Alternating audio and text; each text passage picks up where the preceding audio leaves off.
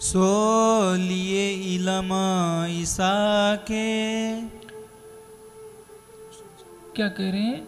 अर्श न 14 तबक में और अर्श न 14 तबक में सो लिए इलम ईसा के। सो लिए इलम ईसा के। सतगुरु धनिष्ठदेव चंद जी के तारतम्य ज्ञान के प्रकाश में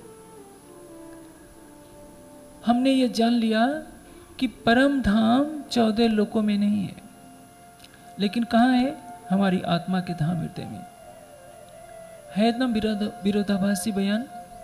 14 लोकों में नहीं है तो हमारे जीव के ऊपर जो हमारी आत्मा बैठी है, हमारी आत्मा के धाम हृदय में कैसे हो गया? इसलिए क्योंकि निस्बत है। कैसे? मैं आपको एक छोटा सा दृष्टांत दे देता हूं।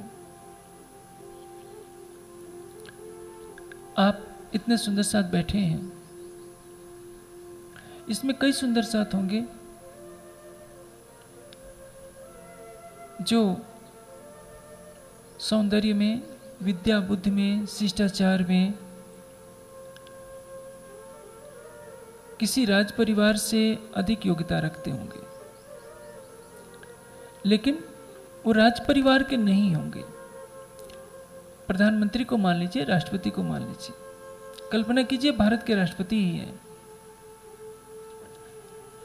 भारत के राष्ट्रपति के परिवार के किसी सदस्य से यहाँ बैठा हुआ सुंदर साथ अपनी विद्या, बुद्धि, गुण, सौंदर्य आदि चीज़ों में आगे हो सकता है, लेकिन जब बात होगी कि राष्ट्रपति महोदय के साथ विदेश की यात्रा पर कौन जाएगा, तो उनके परिवार का ही सदस्य चुना जाएगा।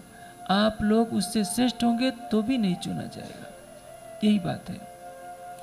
तारतम्य ज्ञान ने जिनकी निस्बत का संबंध राज्य से कर दिया, जो मानने लगे हैं कि हम अक्षरातीत के अर्धांग हैं, उनके दिल में ही तो अक्षरातीत की शोभा बसेगी।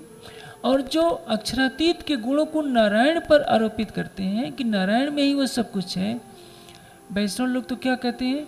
सिया राम मैं सब जग जानी, करहूँ प्रणाम जोर जुग पानी। सारा जगत ही सिया राम के समान है। लाख समझा लीजिए, क्षर अक्षर अक्षरातीत की बात कर लीजिए, वो कहेंगे कि वही हमारे सीताराम ही तो अक्षरातीत हैं, वही युगल स्वरूप है। उसी तरह से अन्य पंथों के लोग भी हैं, जिनकी जिन पर आस्था है उससे आगे वे कदम नहीं बढ़ा पाते।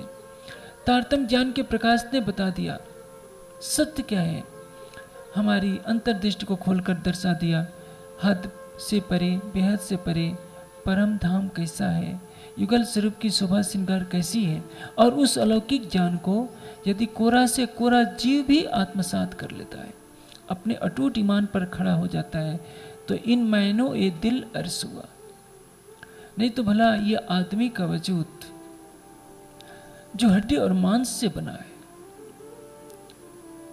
भला कैसे अर्स हो सकता है? धनी ने साफ कह दिया है, बाहर निकसो तो आप नहीं, माहे नरक के कुंड, ब्रह्म तो यामे न पाइए, ये क्यों कहिए ब्रह्मघर पिंड। वेदांतों को समझाते हुए राज्य कह सकते हैं कि ये शरीर ब्रह्मपुरी नहीं है, ये तो नरक का कुंड है। फिर दूसरी तरफ कहा जाए कि हमारा ही दिल धनी का अर्थ होता है, तो कोई भी कह सकता है आपका कथन पक्षपातपूर्ण है। कभी कहते हैं कि ये शरीर नरक का कुंड है, कभी अपने हृदय में परमधाम बताने लगते हैं, यह आपकी बात समझ में नहीं आती। तो आपको यही उत्तर देना होगा कि निस्बत के संबंध से तारतम्य ज्ञान के प्रकाश में हमारी आत्मा ने अक्षरातीत से अपना संबंध जोड़ा, और अक्षरातीत का ध्यान करते करते अपनी आत्मा के धाम हृदय में उसको देखा। तो चाहे हमारी आत्मा इस जीव पर न भी बैठी हो, हम कोरे से कोरे जीव हैं, लेकिन तारतम्य ज्ञान का प्रकाश तो पा गए हैं। तारतम्य ज्ञान के प्रकाश में हमने अपने को ब्रह्मात्मा तो घोषित कर दिया है, और अंगना भाव लेकर राज्य से प्रेम तो किया है। उसका फल होगा असंभव भी संभव हो जाएगा, और हमारी आत्मा के धाम हृदय में परम धाम की शोभा तो बसेगी ही, कोरे से कोरे जीव के भी धाम के हृदय में धाम की शोभा प्राप्त हो जाएगी। क्योंकि महारानी की दासी भले ही महारानी न कहलाए, महारानी के साथ उसे राजमहल में रहने का गौरव तो अवश्य ही प्राप्त होता है। बस इतनी सी बात आपको अंगीकार कर लेनी होनी। तारतम्य ज्ञान का प्रकाश असंभव को भी संभव कर देता है। इसलिए वाणी कहती है, तारतम रसवानी कर पिलाइए जाको, जहर चढ़िया हो जिमी को सुख हो वेता को। माया का जहर उतारने वाली ये ब्रह्मवाणी है। यही रस तारतम का चढ़िया जहर उतारे, निर्विक काया करे, जागे जीव करारे। जीव की जागने का अर्थ क्या है? उसको राज्य पर अटूट निष्ठा हो जाए, वो राज्य से अटूट प्रेम करने लगे और अपने हृदय के सिंहासन पर उनको बैठाने के लिए तड़पने लगे। यही तो जीव की जागनी है। आत्मा की जागनी क्या?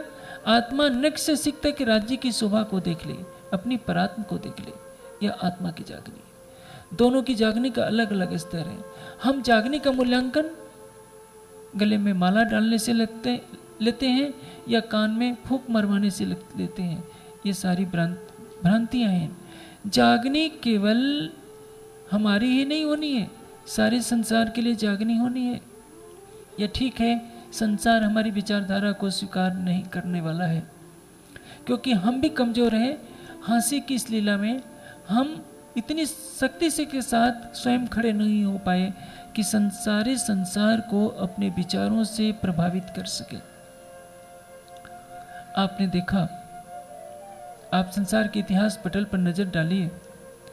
एक अकेला सिद्धार्थ 28 साल की उम्र में गृह त्याग करता है, 7 वर्षों के पश्चात बुद्धत्व प्राप्त करता है, और जो संसार को कर्मकांडों से हटाकर, हिंसक यज्ञों से हटाकर एक दिव्य ज्ञान देता है, उसके अनुयायी लाखों की संख्या में नहीं, करोड़ों की संख्या में हो जाते हैं। चीन, जापान, जावा, सुमात्रा, न जाने मध्य एशिया तक उसके अनुयायी धावा मारते हैं और दुनिया के एक बहुत बड़े हिस्से में अपने ज्ञान का झंडा गाड़ देते हैं। क्रिश्चियनिटी चाहे किसी भी तरह से फैली हो, लोभ लालच देकर के फैली हो, तलवार के बल से फैली हो।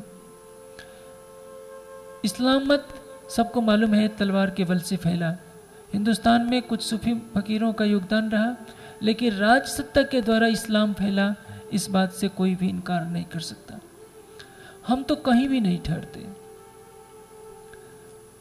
हम सबसे ऊपर हैं क्योंकि परम धाम की ब्रह्मात्मा है। लेकिन राज सत्ता की दृष्टि भी हम शक्तिशाली नहीं रहे। जब तक छत्रसाल जी का तन रहा तभी तक हमारे समाज में प्रशासनिक सत्ता रही, उसके बाद हम एक असहाय की तरह रहे हैं। ज्ञान की दृष्टि हम सबसे ऊपर रहे हैं, लेकिन संसार वालों के समक्ष हम प्रबल वेग से आक्रामक मुद्रा में नहीं आ सके, न प्रबल प्रेम के आवेग में हम उनको अपना सके। हम अपनी विचारधारा उन तक नहीं फहरा सके। परिणाम क्या हुआ? हमें जहाँ सबसे शक्तिशाली होना चाहिए था, कहीं ना कहीं हम बहुत पिछड़ों की लाइन में आज भी खड़े हैं। आज भी हिंदू समाज के 1000 संप्रदायों की गिनती जहाँ होती है, हमारी गणना बहुत कम होती है, क्योंकि हमारी हालत तिजोरी में हीरे छिपाने वाले उस कंगाल की तरह है जो तिजोरी में हीरों को रखकर अपनी चाबी गुम कर चुका है। वो जानता है कि मैंने इतने हीरे तो इसमें रखे हैं, लेकिन कैसे खोले ताला? ताला टूट नहीं सकता, उसको खोला ही जा सकता है, लेकिन पानी के तालाब में मैंने अपनी चाबी गुम कर दी है। या तो कोई ऐसा निकले जो उस चाबी को निकाले, ज्ञान का प्रकाश करे।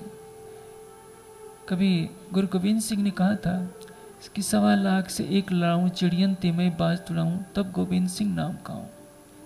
एक अकेले गोविंद सिंह ने तो व्रत लिया था। हमारे समाज में तो वीरता का भाव कभी रहा ही नहीं, सबको मालूम है। कठोर कार्य करने के लिए दृढ़ संकल्प हमारे समाज में रहा ही नहीं, इसलिए हम पिछड़ते गए। खुलासा की वाणी हमें सारे संसार से लड़ने की शक्ति दे रही है, लेकिन उस शक्ति का उपयोग करना हमें नहीं आता। हम संसार के सारे झगड़ों को निपटाने की सामर्थ्य रखते थे, लेकिन न्यायाधीश बनने के लिए, जज बनने के लिए तो हमें अपनी योग्यता बढ़ानी पड़ेगी। केवल बाजार से हम जज का कपड़ा सिलवा कर कह लें कि अब हम जज बन गए हैं, तो हमें जज के सिंहासन पर कौन बैठाएगा? इसके लिए तो हमें जज की परीक्षा पास करनी पड़ेगी, क्रियात्मक अनुभव करना पड़ेगा। आज उस छोटी सी बच्ची ने बहुत संदेश दिया है कि हमारी कमियां कितनी हैं। हम वेलकम को वेलकम बोलते हैं, परमात्मा को परमात्मा बोलते हैं। जब हमारे शिष्ट स्तर से इतनी बड़ी भूलें होती हैं, हम दुनिया को क्या बताएंगे कि हक नजीक से रख से आड़ो पटना द्वार, खोली आंखें समझ की देखती न देखे भरतार। संसार को परम धाम की वाणी के रस से सिंचित करने के लिए हमें त्याग की आवश्यकता पड़ेगी, सर्वस्व त्याग। जो भी महान कार्य हुए हैं उसके लिए सर्वस्व त्याग, कठोर त्याग की आवश्यकता पड़ती है। वाणी का चिंतन, वाणी के प्रसार में सर्वस्व समर्पण की भावना, राज्य को पाने के लिए सुखों का परित्याग, मोह ममता का परित्याग, अटूट प्रेम जिससे हम बैठे बैठे यहीं से राज्य को देख लें। राज्य के लाए हुए तारतम्य ज्ञान से जहाँ संसार का भला होना था, लेकिन जितना भला होना चाहिए था अभी तक ज़्यादा देखने में नहीं आया है। हो सकता है राज्य की जो इच्छा रही हो, क्योंकि ये भी तो कह सकते हैं, नूर इमाम इन बात का कदी जो निकसी किरण, पसरसी पाव पल में चारों तरफों सब धरन। यदि राज्य एक पल में सब कुछ कर सकते हैं तो चाहे तो कर सकते हैं, लेकिन हमको तो छठे दिन की लीला में दिया था उन्होंने। हम कहीं भी खड़े नहीं रहे, हम अपने वायदे पर खरे सिद्ध नहीं हुए। अब जो होगा वो उनकी इच्छा से होगा। जितने समय तक जागनी ब्रह्मांड को चलना है, हमें अपने कर्तव्य पथ पर अभी से आरूढ़ होने का दृढ़ संकल्प करना चाहिए, नहीं से तो कुछ भला। हम परीक्षा में विशेष योग्यता प्राप्त करें या न करें, प्रथम श्रेणी लाए न आए, द्वितीय श्रेणी में भी न आए, तृतीय श्रेणी में भी पास हो जाए तो फेल तो नहीं होना है। इतना विश्वास रखना चाहिए। किसी भी तरह से हम तृतीय श्रेणी में भी पास हो जाते हैं, राज्य से कह सकते हैं कि राज्य क्या करें, माया का जोर चला, हम विशेष योग्यता तो नहीं दर्शा सके, लेकिन आपकी कृपा की छांव तले तृतीय श्रेणी में पास तो हो ही गए।